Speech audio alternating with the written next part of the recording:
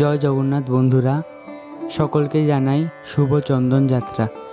আজকে আমি নিয়ে এসেছি জগন্নাথ দেবের চন্দন যাত্রা কিভাবে ঘরোয়া পদ্ধতিতে পালন করব এবং এই চন্দন যাত্রার মাহাত্ম্য আলোচনা করব এই ভিডিওতে। চলুন পুরো ভিডিওটা দেখতে থাকুন। প্রথমে একটি পাত্রে চন্দন গুঁড়ো নিয়ে নিলাম। আপনারা চাইলে চন্দন বাটতেও পারেন। তারপর আমি এর সাথে সামান্য পরিমাণ অগুরু ও গঙ্গার জল দিয়ে ভালোভাবে চন্দনটিকে মিশিয়ে নিলাম।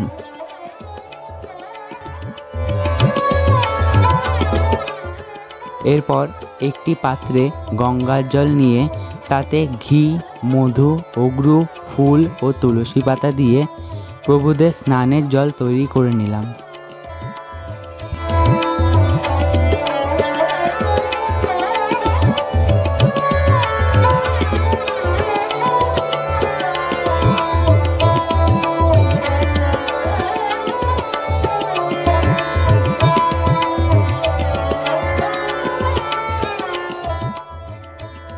আমি ওনাদের প্রতিদিন স্নান করাই না, তবে বিশেষ বিশেষ কিছু তিথিতে স্নান করাই, তাও সামান্য পরিমাণ জল দিয়েই।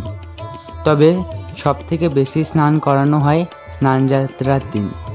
আপনারা যারা পুরনো দর্শক আছেন তারা অলরেডি ভিডিও দেখে ফেলেছেন, আর যারা দেখেননি আমাদের পূর্ববর্তী স্নান যাত্রার ভিডিও তারা আই বাটনে ক্লিক করে দেখতে পারেন।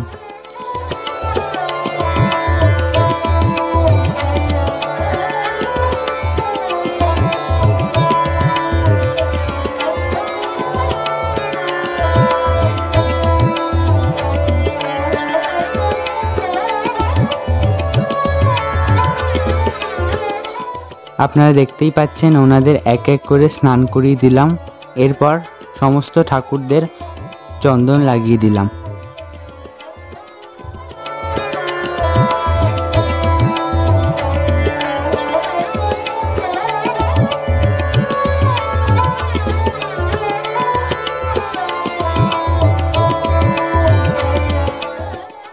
এরপর ওনাদের বস্ত্র পরিবর্তন করে নতুনভাবে সাজানো চলছে।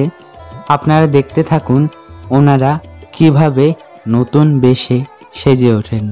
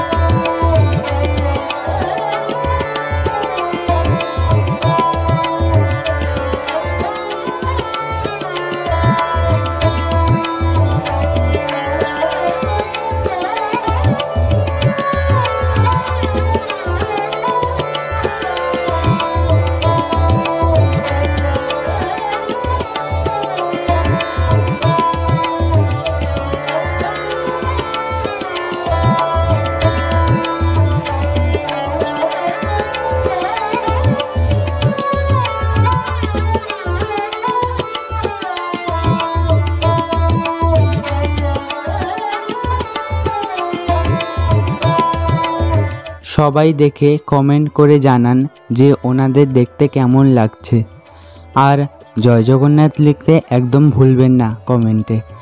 আমি ওনাদের মালা পরিয়ে চরণে ফুল দিয়ে দিলাম ও সাথে চন্দনের প্রলেপ দিয়ে দিলাম অল্প করে।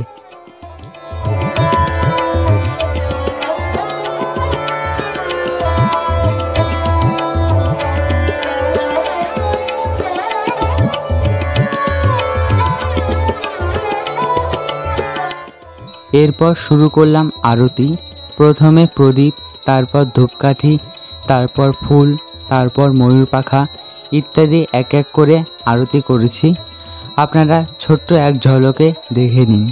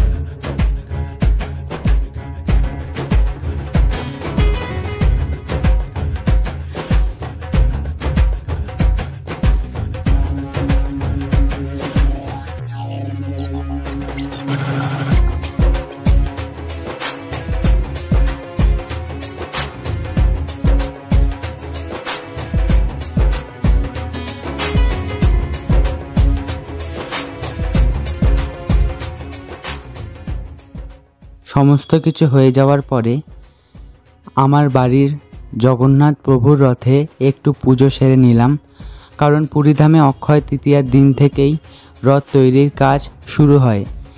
এবার আসি এই দিনটি কেন আমরা পালন করি, অর্থাৎ এই চন্দনযাত্রার মাহাত্ম্য কী। এই চন্দনযাত্রার মাহাত্ম্য হলো জগন্নাথ, বলরাম ও সুভদ্রা মাতাকে বৈশাখ মাসের তপ্ত গ্রীষ্মের হাত থেকে বাঁচানোর জন্য, অর্থাৎ গরমের হাত থেকে কিছুটা স্বস্তি দেওয়ার জন্য এই তিথি আমরা পালন করে থাকি। ওনাদের গায়ে চন্দনের প্রলেপ দিয়ে কিছুটা শান্তির, আরামের ব্যবস্থা করে তুলি।